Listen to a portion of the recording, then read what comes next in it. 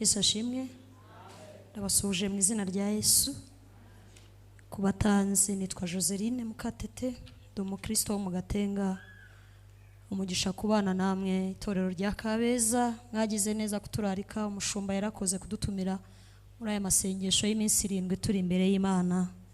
Yagize neza, turashimira kandi abitorero namwe mwitabye Imana mukaza kumva icyo Yesu abashakaho mu gihugu cya bene wanyu. Aba Esawu batuye kuri Seyiri bo bazabatinya, nuko mwirinde cyane.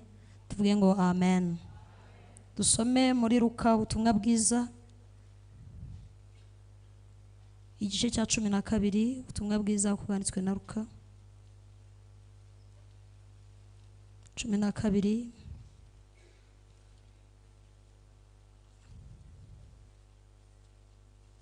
murongo wa 32. Luka 12 murongo wa 32.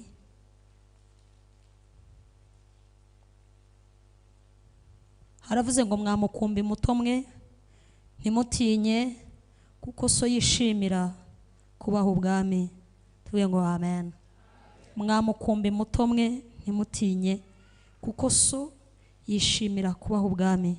Amen. Abafilipi, rwandiko Pawulo yandikiye Abafilipi igice cya 3 murongo wa 13. Abafilipi 3 murongo wa 13. Dusome mu izina rya Yesu. Rwandiko Pawulo yandikiye Abafilipi igice cya 3 murongo wa 13. Aravuze ngo bene data, sinibwira yuko maze kugifata, ariko kimwe cyo nibagirwa ibiri inyuma gasingira ibiri imbere. Ndamaranira kugira aho dutanguranwa ngo mpabwe ingororano zo guhamagara kw'Imana muri Kristo Yesu kwavuye mu ijuru. Twese tuvuge ngo amen. Nari kuririmba ariko iminota bampaye Imana imfashe inyigisho yanjye bize kuhuriramo neza, kuko burya nta minota mike ibaho mu kubwiriza, ahubwo biterwa nuko wasizwe kugira ngo uganirize abantu b'Imana. N'iminota 5 10 irahagije, ahubwo wirinda cyane kurondogora. Ariko nari kuririmba ngo ubugingo bwacu ni bugufi cyane twawugereranya n'ubwato mu mazi tunyura mu nyanja irimo amakuba, ariko Umukiza ni utuyobora. Ubwo tuyoborwa n'Umukiza wacu, dufite amahoro muri urwo rugendo, kandi azatugeza mw'ijuru amahoro. Ntabwo tuzongera kwibuka nubwo uwo muyaga ufite imbaraga natwe twegereye ku nkombe y'uruzi. Nta muyaga uhari, nta muyaga uhari, n'ukuri tuzasohora mu mahoro. Ubwo tuyoborwa, ubwo tuyoborwa, torero n'Umukiza wacu, dufite amahoro menshi muri urwo rugendo, kandi azatugeza mw'ijuru amahoro. Ntabwo tuzongera kwibuka urugendo. Turi mu ntego y'igiterane ivuga ngo igihe wazengurukiye uwo musozi kirahagije ucyamike. amen. Intego nziza cyane ifite imbaraga ariko ikwiye guhuzwa n'ubutumwa bwiza kugira ngo abantu batazitiranya imisozi y'inzara, bakitiranya imisozi yo kwambara ubusa, bakitiranya imisozi yo gucuruza byahombye, bakayitiranya n'imisozi Imana ishaka ko bavaho. Haleluya. Wabona muri riterana hari umuntu uri gusenga ati Imana umusozi w'ubukene umereye nabi, nabyo ni byiza, ariko hari indi misozi umwuka wera yampishuriye mumaze iminsi muzenguruka, mukwiye gucyamika kuko yo biroroshye kuko Yesu yaraje. Haleluya. Igihe mwazengurukiye uyu musozi kirahagije, ni mucyamike. Iri jambo ryabwiwe Abisiraheli bamaze imyaka 38 mu butayu bagenda kuva ku musozi wa Horebu cyangwa Isinayi aho baherewe amategeko ya Mose, ubwo bari bamaze kwambuka inyanja itukura, ugera ahitwa Ikadeshi Baruneya ku mupaka wa ubwo ni ku butayu ni Kanani. Kugira ngo we ugere i Kanani kuva Isinayi ugera Ikadeshi Baruneya ngo winjire i Kanani, urwo rugendo barugenze imyaka 38, bari kuhagenda iminsi 11 gusa. Turaza kurebera hamwe impamvu yateye kudindira no gutinda muri ubu butayu, kandi ahantu bari kugenda iminsi 11 kuko icyari kigoye no kwambuka inyanja itukura. Imana yayibambukije ijoro rimwe gusa, bishushanya umubatizo wo guhindurwa mushya. Paulo yaravuze ngo nk'uko Abisiraheli babatirijwe mu nyanja itukura, ngo niko natwe twabatijwe muri Kristo Yesu duhinduka ibyaremwe bishya. Munyikirize amen. Icyari kigoye no kumenya Yesu, Yesu yaragikoze, twaramumenye, duhindurwa n'ijambo rye, turamwizera, turatsindishirizwa, turakira. Hanyuma urugendo rwo kuva ku musozi Sinayi aho abantu bahererwa amategeko n'indangagaciro z'inzira kugeza i Kanani ni urugendo ruto rw'iminsi 11, ahubwo biterwa n'uko wumva. Kugira ngo urwo rugendo rugende iminsi mike bizaterwa n'uko wumva. Kuko kutumva kwa Abisiraheli no kumvira Imana byabananiye, nibyo byatumye bahamara imyaka 38 ihinduka imyaka y'umubabaro, kuko kuva Ikadeshi Baruneya ugera i Kanani bahagenze imyaka 2 gusa. Kandi nabwo ntibyari biteganijwe, urumva bari hafi cyane yo kugera i Kanani. Urugendo rwari rworoshye kuko bari bari ku mupaka neza wa Yeriko naho bagomba kujya, naho bahamara indi myaka 2, ibyuzura imyaka 40 birarangira. Munyikirize amen. Nahoze nibaza rero, niba urugendo rw'Abisiraheli rwaramaze imyaka 40 bataragera iyo bajya, kandi urwo rugendo rwabo rwari rupimwe, umuntu ashobora kujyana metero akahapima, rubera mu mubiri, twebwe abakristo tumaze imyaka ingahe tugenda ko dufite ikibazo? Urugendo rw'Abisiraheli rwapimwaga mu mubiri, urwacu rurapimwa mu mwuka, rubarirwa mu mutima. Umwuka wera niwe urumenya wenyine. Niyo mpamvu atanga aya matangazo akavuga ngo igihe mwazengurukiye umusozi kirahagije, ni mucyamike.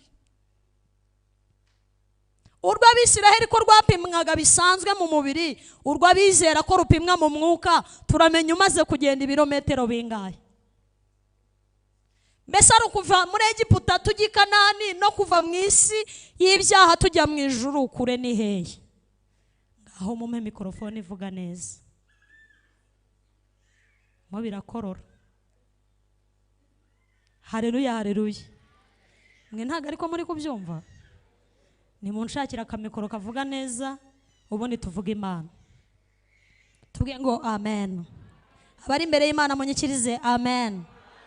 Kuri urugendo Mose yararuyoboye aruvana muri Egiputa, n'ubwoko bwinshi bw'abagabo n'abagore, burimo abakobwa n'abasore, abana bato, akabavana muri Egiputa bajyana Umukiza wacu dufite amahoro urwo rugendo, kandi azatugeza ishura amahoro, ntabwo tuzongera kwibuka urugendo. Tuvuge ngo amen. Abari imbere y'Imana duhereze Imana icyubahiro. Haleluya.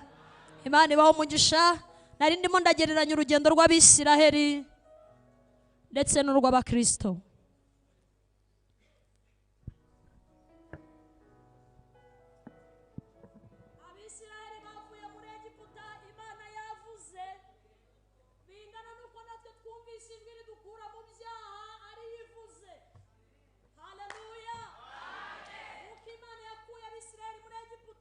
yadukiza amaboko ya Farawo bingana nuko natwe Imana yadukuye mu byaha itujyana mu ijuru. Ni ishusho imwe rwose. Hanyuma icyo nkundira Imana gikomeye, Imana ivuga itangiriro ikavuga n'iherezo, ariko abizera ikabahisha hagati.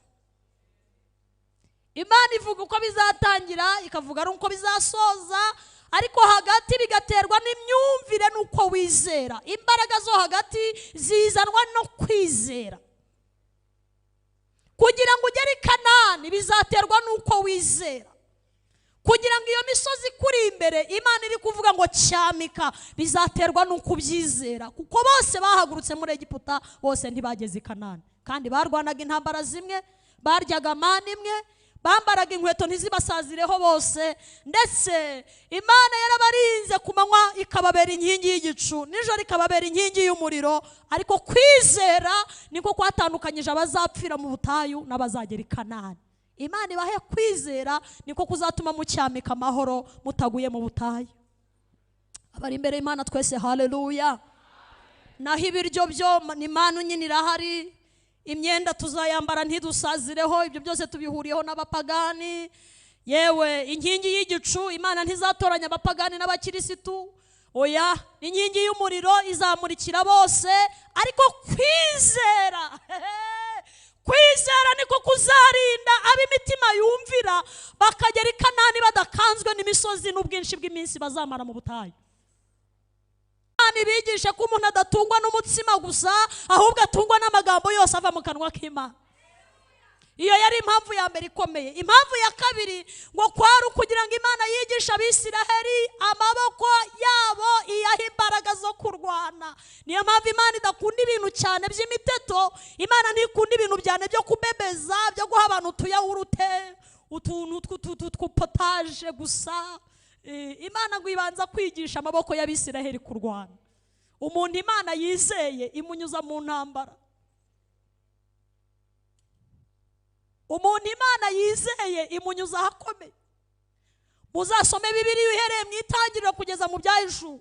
Abantu Imana yizeraga niyo bayanyuzaga ahakomeye. Bamwe yabanyuzaga mu muriro, abandi ikabanyuza mu nkota, abandi abana babo bakicwa, abandi bakanyura mu bigeragezo bikomeye. Kubera urukundo Imana ibakunda, yemeraga kubanyuza mu bikomeye kuko ibizeye. Umuntu Imana yizeye imunyuza mu misozi. Ndabisubiramo. Umuntu Imana yizeye imunyuza mu bigeragezo, ngo kwari kugira ngo Imana yigisha Abisiraheli kurwana, kuko kuva babaho ntibari babona urugamba, ntibari babona aho barwana. Bituma Imana ibanyuza mu nzira y'ubutayu. Barahazenguruka imyaka ingana kuriya twasomye, ngo Imana ibagirira imbabazi. Iravuga ngo igihe mwazengurukiye umusozi kirahagije, ngaho noneho nimucyamike muruhukemo gake. Uzi impamvu? Imana yari ibizeye, ariko kwizera kwabo niko kwatumye benshi bananirirwa mu nzira, kuko kwizera kwaracogoye. Uko bacogora bahinduka ifumbire mu butayu.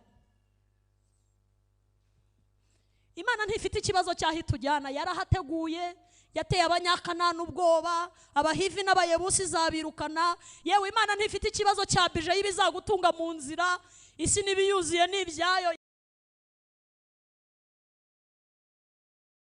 N'umugore Imana izamuguha, nusaba n'umugabo Imana izamuguha, nusaba akazi kurangurira mu Bushinwa Imana izabiguha. Imana ntifitanye ikibazo na bije y'ibizagutunga mu butayu, ifitanye ikibazo no kwizera kwawe.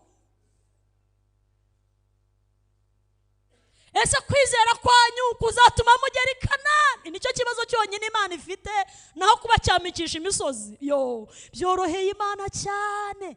Ariko kwizera kwacu ni kunanirwa kugacogora. Nukuri ndababwiza ukuri, nta kiriyo tuzakorerwa muri iyi nzira, tuzapfira mu butayu duhinduka ifumbire y'ubutayu. Ariko ngo abagiye bazamura kwizera kwabo, Imana yarabarinzi barindana no kwizera, ibageze i Kanani. Ugira ngo ni benshi, niba biri gusa, niba biri bonyine. Imana ntigira ubwoba bw'ikivunge cy'abantu. Ngo urabona ngo nahamagaye abantu miliyoni kakumva ubayobora. Uwo nguwo ubayobora bamuhaye amatwi y'umutima, baramubwira ngo uzatuyobora utujyane utugeze aho ushaka. Ntituzagira ubwoba bw'imisozi, ntituzagira ubwoba bw'abanaki, ntituzagira ubwoba bw'aho tujya. Nubwo baba badusumba ari barebare tuzabarya nk'imitsima.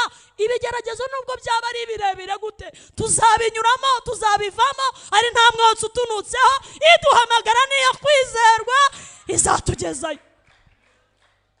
Tuvuge ngo amen. Dore rero igishushanyo cyiza cy'umubare mwiza, uko uzamura kwizera niko urugendo rworoha. Uko uzamura kumvira Imana niko urugendo rworoha. Uko ugenda umanura kwizera no kumvira Imana niko urugendo rukomera, kandi Imana igashakisha inzira zose ahantu hose izakunyuza kugeza igihe nimwumva ukuntu Imana iteye. Imana igushakira ikintu aho cyanyura hose izakunyuzamo kugeza igihe kwizera kwawe kuzazamuka ukavuga ngo iyampamagaye niyo kwizerwa. Rero uyu mugoroba ikibazo si imisozi mwazengurutse, ahubwo ikibazo no kwizera kwacu.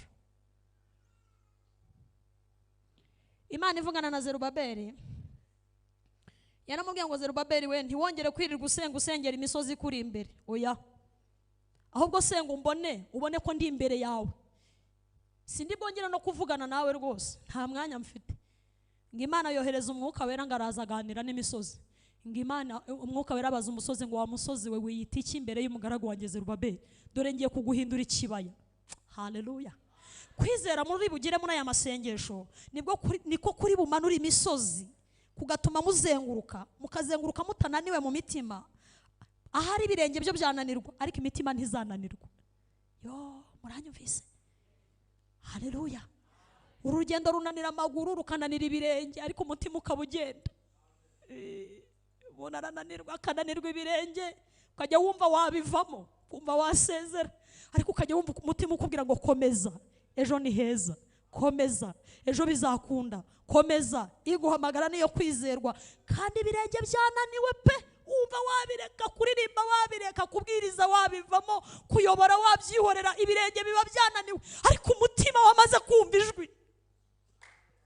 Umutima wamaze kumva ijwi, ukajya wumva ijwi inyuma yawe ari kubwira ngo komera, uzagerayo, iwacu si kure, uzagerayo.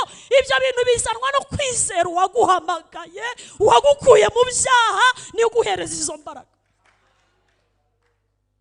Naho ubundi urugendo ni rumwe, n'utuyoboye n'umwe ni Yesu, ariko bya bindi bibera mu mutima niho bitandukaniye. Tuvuge ngo amen. Igihe mwazengurukiye umusozi kirahagije, ni mu cyamike. Hari imisozi nk'ine umwuka wera yampishuriye abantu bakwiriye kuvaho bakareka gukomeza kuyizenguruka, kandi Imana yarashyizeho iherezo ryayo.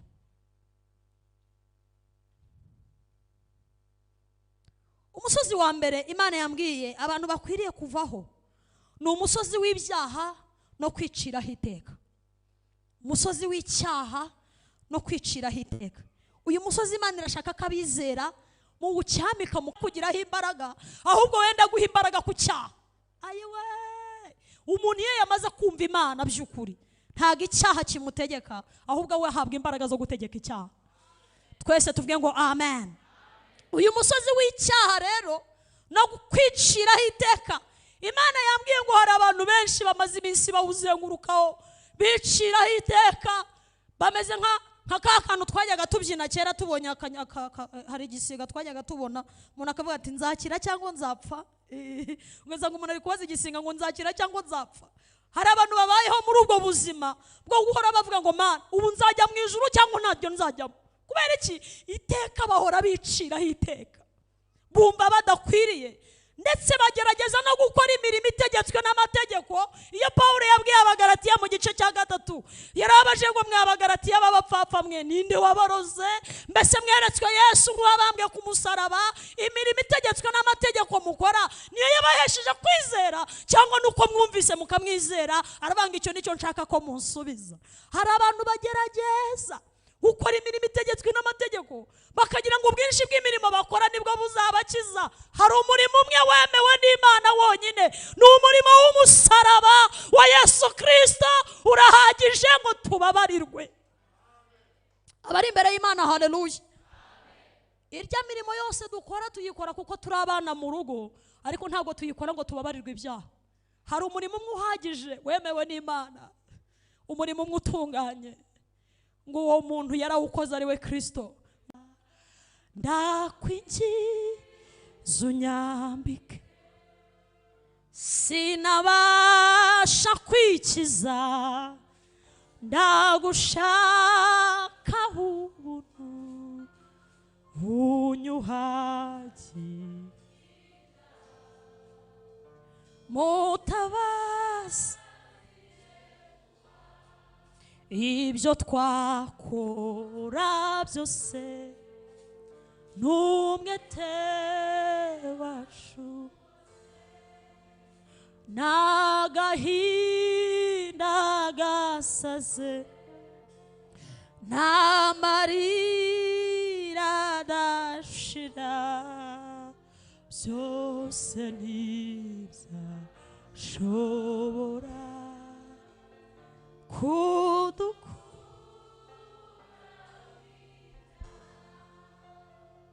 Umurimo w'umusaraba urahagije ngo ugukize imbaraga z'icyaha. Yewe umaze iminsi uzenguruka ku cyaha cyakunaniye, ukagishyiraho amaturo menshi ugira ngo amaturo azajijije, ukagishyiraho akabonye mana, ukabyina ugatanga icyacumi cy'imbavu ukagira ngo byahuriyemo, ugashyiraho kubaka urusengero, ugashyiraho amafaranga menshi ukagira ngo muri Yesu byararangiye. Ntabwo byarangiye. Dore umurimo w'umwami, nabonye umusaraba uri hano hejuru yanjye. Sinzi ukuntu bazabigenza na hano bakawushyiraho kugira ngo abitorero bajye bawureba bose. Nicyo gishushanyo cy'uko twakijijwe. Munyikirize haleluya. Nta kindi kidukiza imbaraga z'icyaha no gucirwaho iteka uretse uyu musaraba uri hano hejuru. Niho byarangiriye byose. Kandi nagira ngo mbibutse, ntago Yesu yapfuye yiyahuye, nta nubwo Yesu yapfuye bimutunguye. Yapfuye abishaka ngo yikoreye ibyaha by'abari mu isi bose. Munyikirize haleluya. Icyo nta kindi wakora kugira ngo uhabwe imbabazi, uhabwe gutsindishirizwa, uretse kwizera no kwemera umurimo w'umusaraba wa Yesu Kristo. Hanyuma rero Imana yambwiye ngo abantu bamaze iminsi bazenguruka umusozi w'intege nke n'ibyaha bahoramo buri munsi bagira ngo imirimo bakoze izabakiza, Imana yambwiye ngo ibyo ntibizabakiza keretse nimwemera gucyamika mugahura n'umusaraba. Guhura n'umusaraba nibyo bikiza. Umuntu ashobora kumara imyaka 40 muri ADPR, yambara neza rwose birebire, igitambara gifunga neza, ariko ataregera umusaraba. Hari ibyaha akora mu ibanga, atarizera ko yatsindishirijwe, ataramenya inkuru ya Yesu nka Nikodemo. Yari umufarisayo mwiza, azi gusoma ibitabo bya Mose, amategeko azi kuyubahiriza, ariko ataracyamika uyu musozi wo kumenya Yesu ngo amumenye, atambike agera ku musaraba. Bibiliya ivuga ngo nuko Yesu aramuganiriza, aramubwira ngo ikibyawe n'umubiri cyose n'umubiri, ariko n'ikibyawe n'umwuka cyose n'umwuka. Nikodemo ashyira mu mibara y'ibyo yize, asanga ntiyasubira mu nda ya nyina ngo bongere bamubyara. Yesu aramubwira ati Nikodemo, vanamo biology, shyiramo umwuka, shyiramo umwuka woroji, ubyizere. Ikibyawe n'umubiri n'umubiri, n'ikibyawe n'umwuka n'umwuka. Uyu munsi ni wizera iri jambo nkubwiye, iri jambo ni ryo mwuka. Munyikirize haleluya. Rero bisaba kwegera umusaraba ugahinduka icyaremwe gishya. Imana yambwiye ngo imwe mu misozi abitorero bakwiriye guterera kandi bakayivaho bagacyamika kuko bayimazeho imyaka myinshi, ni umusozi w'intege nke. Intege nke zibatera icyaha, icyaha kikabatera kwiciraho iteka. Hano harimo abantu batazi niba bazajya mu ijuru.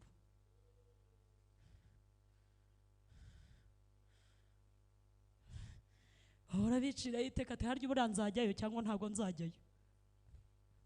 Dore aho twabiherewe, tike twayiherewe hariya ku musaraba. Ni wo ndirimbo yanjye, ni wo bendera ryo gucungurwa kwanjye, wamesheje ubugingo budashira. Ndashima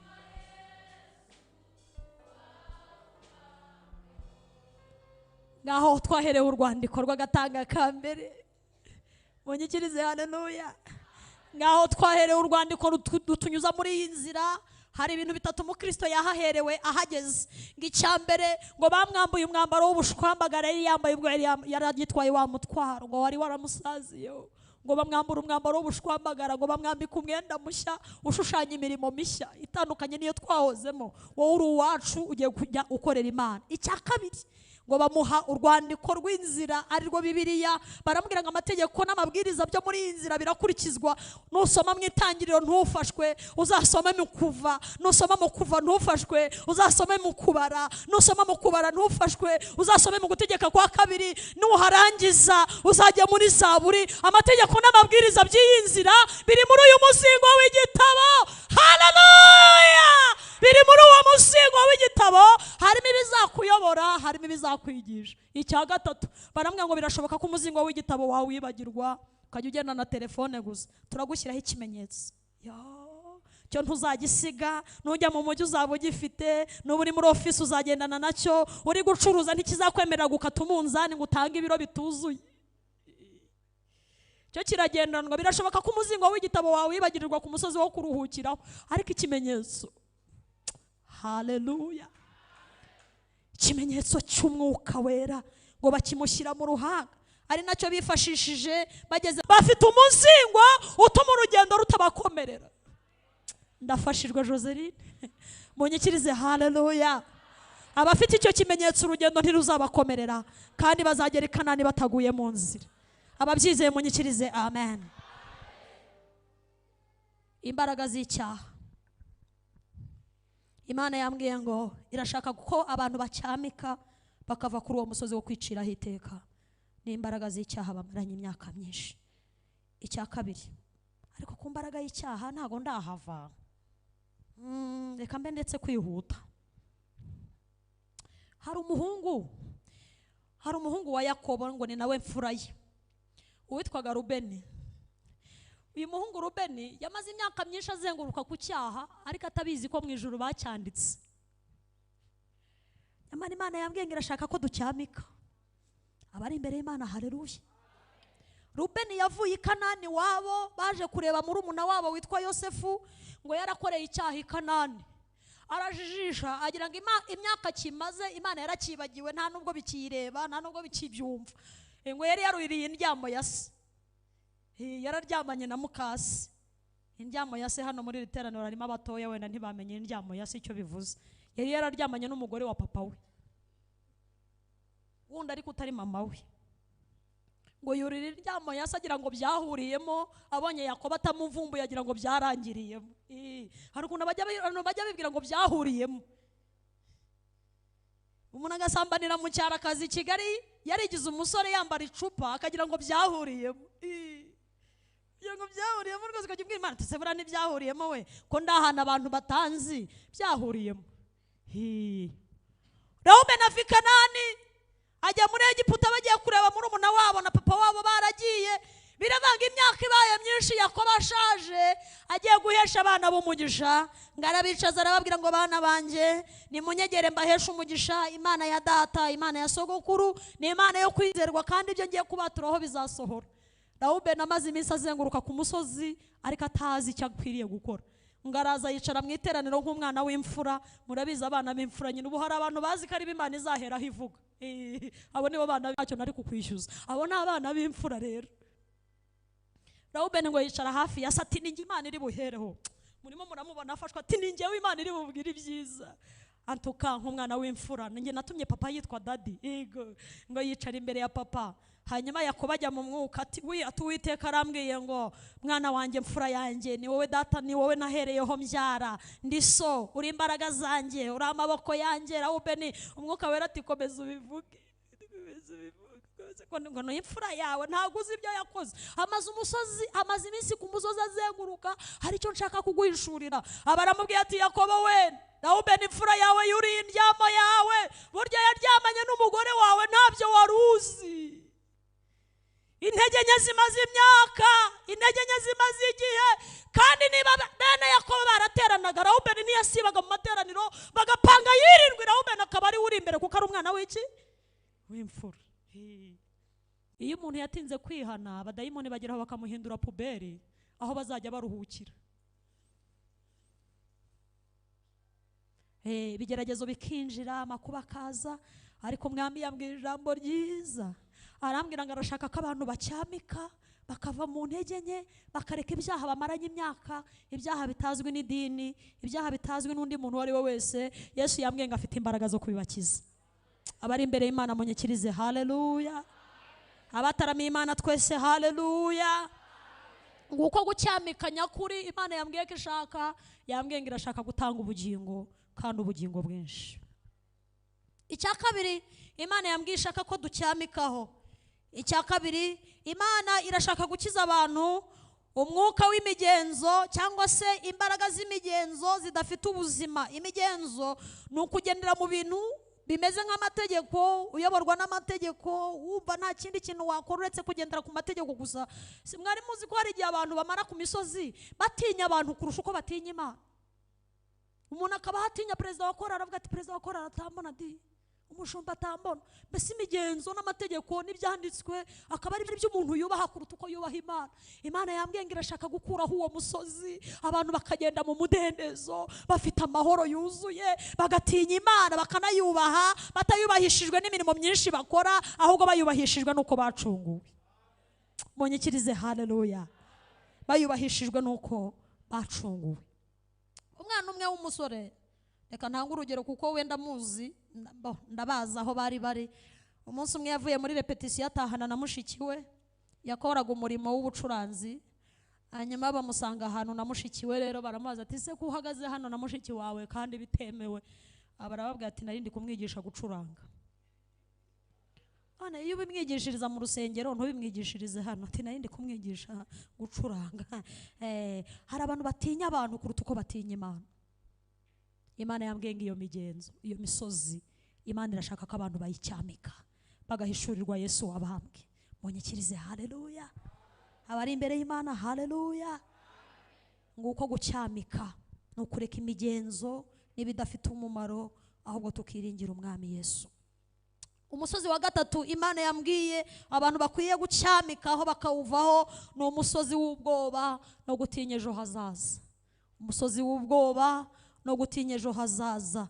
Muririmbyi yaravuze ngo reka gutinya ibizakubaho, Imana izagira gute? Imana izakurinda. Urebe ubushake bw'Imana gusa, Imana izakurinda. Yewe utinya ejo hazaza we, Imana yambwiye ngo uwo musozi uwucyamikeho, ejo hazaza bije yayifitwe n'Imana. Abari imbere y'Imana haleluya. Imana yabwiye Yeremiya, iramubwira ngo Yeremiya, nakumenye kera ntarakurema, ndakweza ndagutunganya, kandi nakwereje gukora imirimo yose, ibyo uzakenera byose mfite bije yabyo, narabiteguye we kugira ubwoba. Imana yambwiye ngo nze mbabwira ngo nimucyamike uwo musozi w'ubwoba bubuveho. Ubuzima bwanyu buri mu biganza by'Imana, ntabwo ubuzima bwanyu buri mu biganza by'abantu, ubuzima bwanyu ntiburi mu biganza by'isi, ubuzima bwanyu buri mu biganza byayo. Impamvu Imana yambwiye ngo nimucyamike muve kuri uwo musozi w'ubwoba, mwiringire Imana yanyu, nizakora imirimo izirukana Satani. Izirukana Satani mu nzira zanyu. Uwiteka afite gahunda nziza yo kubacyamikisha mukava ku misozi y'ubwoba. Ubwoba ni bubi, ubwoba ni bubi, ubwoba ni bubi. Bwatumye abagabo ngo babona abantu babona ngo bameze nk'inzige kuri we, ariko abagabo batari bafite ubwoba baravuga ngo niba Uwiteka twishimira azaduha kubarya nk'urya imitsima. Niba Uwiteka twishimira, Imana yambwiye ngo irabamara ubwoba. Reka gutinya ibizakubaho, Imana irakure. Reba ubushake bw'Imana gusa, Imana irakure. Imana we, Imana irakure. Iminsi yose munsi rucamo iraguhaza amahoro, Imana irakure. Yesu yavuze ngo mwamukumbi muto mwe gutinya, Data yishimira kubaha ubwami. Imana irishimira kubageza i Kanani, ariko kandi muyisabe izamure kwizera kwanyu, kuko uko mwizera niko urugendo ruzoroha.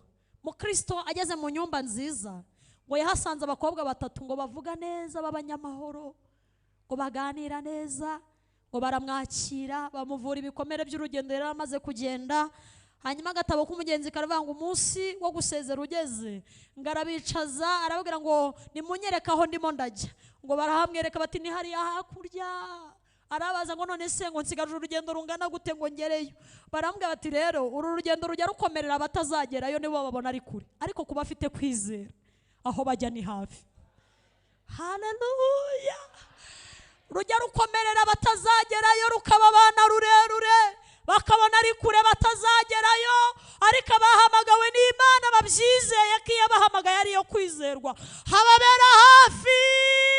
Imana ibahe kwizera uru rugendo rubabere rugufi. Twese amen. Imana ibahe kwizera uru rugendo ruborohere, kuko Imana yambwiye ngo irashaka kubamara ubwoba bw'urugendo, ubwoba bw'inzira. Bukene burinjira ubwoba bukaza, bakubenga ubwoba bukaza, bakuvuga ubwoba bukaza, wacuruza ugahomba ubwoba bukaza, abana babura minerivare ubwoba bukaza. Ariko Imana yambwiye ngo itorero rya Kabeza, Imana irashaka kubamara ubwoba, gucamika uwo musozi w'ubwoba bikarangira, kubera ko Imana igiye kubaho kwizera. Abari kumva Imana munyikirize haleluya. Imana irashaka gutanga kwizera kuzaremerera ubwoba abizera bafite. Paulo yavuze ngo nanjye ndasiganwa ariko sinkutazi yonge, ndiruka ariko sinkutazi yongana, ndatera ibipfunsi ariko sinkusha. Impamvu ibitera nibagirwa ibiri inyuma nkasingira ibiri imbere. Ndashaka gusingira icyo Kristo yamfatiye. Impamvu z'urugendo no gukomera kwazo n'imyaka mumaze muzenguruka, Uwiteka aravuze ngo nimucyamike, muve mu ntege nke, muve mu bwoba, muve mu mategeko n'imihango y'idini, dutumbire umusaraba. Kandi Kanani si kure, tuzagerayo. Imana yambwiye ngo ntago ari kure, ahubwo biraterwa n'imbaraga mwahagurukanye.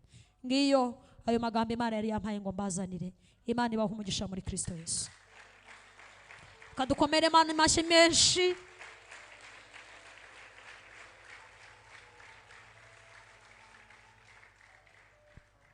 Umusozi umaze iminsi uzenguruka, igihe kirageze ngo ucyamike. Ubwoba bwaguteye kwijujuta, ubwoba bwaguteye kuvuga Imana nabi, ubwoba bwaguteye kubona abapagani babayeho neza kukurusha. Se mwari muzi ko iyo ubwoba bwinjiye mu muntu ubona umuntu ukijijwe ajya abona abapagani aribo babayeho neza. Na Yeremiya bwaramufasha aravuga ngo Uwiteka we, nukubera icyo abakiranirwa babayeho neza, warabateye bashora imizi barakura baragandara. Ariko Imana iramubwira ngo humura Yeremiya, ubwo n'ubwoba wagize, nubwo bagandaye, nubwo bakuze, ariko mbakureye imitima yabo. Uyu munsi Imana ibakiza ubwoba. Kanani irahari kandi tuzayigeramo. Kanani irahari, niryo juru ry'abera. Imana yambwiye ngo nimumwizera nta numwe Imana izatakaza. Haleluya. Nta muntu numwe muri mwe Imana yifuza gutakaza. Abisiraheli barayihemukiye bagwa mu butayu bazize kutayumvira, ariko nta gahunda yari ifite yo kutabagezayo. Kanani ni nini, ijuru ni rinini, iri joro abantu bose baraye bizeye, ibihugu byose byo mu isi biraye byizeye. Imana ntiyabura hidutuza kuko Yesu ni munini, ariko ikibazo gihari abantu bafite ubwoba ko batazagerayo. Ndashaka ko dusenga, duhombeka amaso yacu. Igihe umaze uzenguruka kuri uwo musozi kirahagije. Imana irashaka kucyamika. Umaze iminsi mu ntege nke, umaze iminsi mu cyaha, uzengurutse umusozi w'icyaha imyaka myinshi, wabuze uwagukiza. Sujya wibaza ngo Mana, ubu napfa najya mu ijuru kandi mfite intege nke zingana gutya. Imana yambwiye ngo uwo musozi Imana irashaka kugukuraho, irashaka kucyamika ukava mu ntege nke, ukareka kwiciraho iteka. Yesu ni wowe yapfiriye, Yesu ni wowe yaziye, yatanze ubugingo bwe bwose kugira ngo aronke ubugingo bwawe. Uyu mugoroba ntiwongere kwiciraho iteka. Nawe wubahaga amategeko y'idini n'amahame y'idini, ukajya wumva uzajya ukorera munsi y'ukuboko kw'abantu. Imana yambwiye ngo shira ubwoba, hari umukiza ugukunda. Shira ubwoba, hari umwami ugukunda. Ndabizi ko Umwuka Wera yakuganirije. Iyo misozi uko ari 3, niba urumva wari umaze iminsi uyizengurukaho, Imana irashaka kucyamika. Umusozi w'intege nke, umusozi w'icyaha, umusozi w'ubwoba, umusozi wo gutinya abantu kurusha uko wubaha Imana. Uyu munsi Yesu arashaka kugukiza. Uzamura ikiganza cyawe ubwira Imana ngo ndabizi neza umwanzi yanteje ubwoba, bituma mpungira ibyaha, mbihungiramo ibigeragezo, nabihungiye mu byaha. Se mwari muzi ko hari igihe abantu batinya ibigeragezo bakabihungira mu byaha, bakagira ngo aho bazajyaho ntibihari. Ariko uyu mugoroba Yesu arashaka kugukiza. Ndabizi ko nabwirije ntuje, ariko umwuka wera ari gukora umurimo. Niba umaze igihe kinini uzengurukana intege nke, uzamura ikiganza cyawe ubwire Yesu ngo ndashaka kunkiza. Maranye imyaka icyaha nkizengurutseho, uyu musozi umbanye muremure, nabuze uwo nacyaturira, nabuze uwo mbwira, nagize isoni, mugabo wanjye ntakizi, umugore wanjye ntakizi, ababyeyi banjye ntibakizi, perezida wa korali ntiyakimenya, ariko maze iminsi nkizengurukaho uyu musozi, umwe mu misozi ikomeye Imana ishaka kucyamikaho. Uyu musozi w'intege nke Imana irashaka kuwucyamikaho. Uzamura ikiganza cyawe wemerere Yesu, umubwire ngo Yesu mfasha uru rugendo rusigaye turugendane, ntago nabishobora tutari kumwe, ariko nitubana nzanesha, nitugumana nzanesha. Uzamura ikiganza cyawe tugufashe gusenga, wemerere umwami akugirira imbabazi. Niba uhari uzamura ikiganza cyawe, urahari ngo uzamura ikiganza cyawe. Nakubonye Imana iguha umugisha, kandi niyo yaba umwe arahagije. Uyu ntago Imana yatinya kumutuza i Kanani wenyine. Imana iguha umugisha, reka nguhinge mu cyubahiro cy'Imana, uhaguruka unsange hano. Niba wazamuye ikiganza koko udafite ubwoba, uzamura ikiganza cyawe nawe, ngwino utere intambwe uze hano.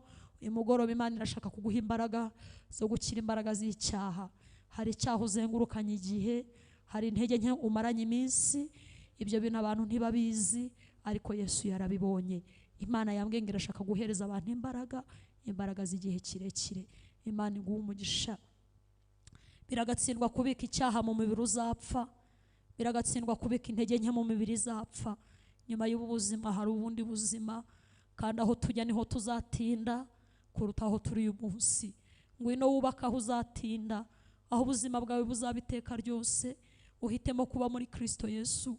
Uyu mugoroba Imana igucyamikisha umusozi w'intege nke, uve ku musozi w'icyaha ujye ku musozi w'uburuhukiro. Uwo musozi w'uburuhukiro nta wundi ni Kristo. Umwe arahagije ngakire. Imana iguha umugisha, Imana iguha umugisha. Ndakinginga, hari ijwi ry'ingingira muri nge. Imana yambwiye ngo abantu bamaze iminsi bazenguruka ku misozi, ariko Uwiteka arashaka kubacyamikisha. Imana ibaha umugisha.